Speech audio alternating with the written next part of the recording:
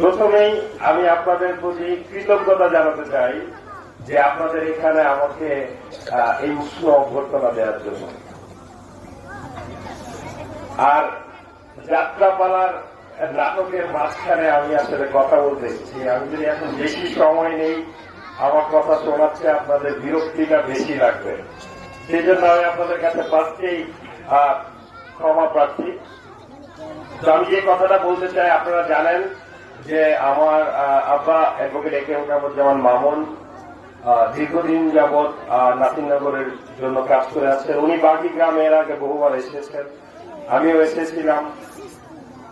তো আপনাদের কাছে বিনীত অনুরোধ যে আমার আব্বার জন্য আশীর্বাদ করবেন। এবং আমি যেটা বলতে চাই, যে মেসেজটা আমি নিয়ে আসছি, সেটা হচ্ছে একটা খুব বিখ্যাত গান, হিন্দি গান আছে, তু হিন্দু বনেগা और तू মুসলমান বনেগা, ইনসান কে औलाद है तू इंसान बनेगा।